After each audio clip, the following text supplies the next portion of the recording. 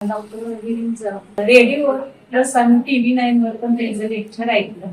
माझ्या मिस्टरांना गेली 25-30 वर्ष डायबेटीस आणि बीपीचा त्रास आहे आणि त्याच्यासाठी तो आम्ही टीव्हीवर ऐकून क्रिएटिन वाढत होतं म्हणजे त्याला क्रिएटिन साठी म्हणून गेलो. ॲलोपॅथीच्या गोळ्या आम्हाला होत्या शुगर बीपी क्रिएटिन, पण क्रिएटिन काही कंट्रोल येत नव्हतं.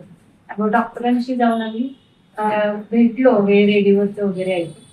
त्यानंतर डॉक्टरांनी आम्हाला औषधाचे हे म्हणजे सगळ्या आजारावरती व्यवस्थित सल्ला दिला आणि सांगितलं की आपण 1-1.5 वर्षामध्ये तुमचं कमी करायला बघून औषध ॲलोपॅथीच्या गोळ्या कमी करू. ॲलोपॅथीच्या गोळ्या त्यांनी बऱ्यापैकी म्हणजे आमच्या सगळ्या 1 वर्षावरच कमी झाल्या. इकोस्प्रिन होती, बीपीची होती, शुगरची होती, त्या गोळ्या आमच्या कमी झाल्या आणि आता क्रिएटिन देखील थोडंसं कंट्रोल आलेलं आहे.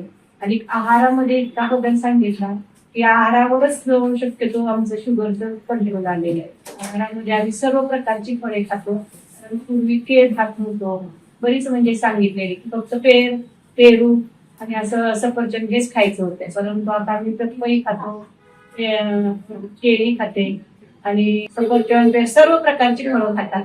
आणि आहारामध्ये सकाळी स्मूदी सांगितल्यामुळे स्मूदीचाही आम्हाला फरक झालेला आहे.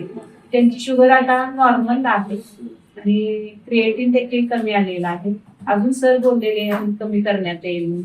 आता जवळजवळ 2 वर्ष झाली आमची यांची औषधं चालू आहेत. ॲलोपॅथी सर्व जवळजवळ औषध बंद आहे. किडनीचा नॉर्मल डोस ठेवलेला आहे फक्त त्यांनी.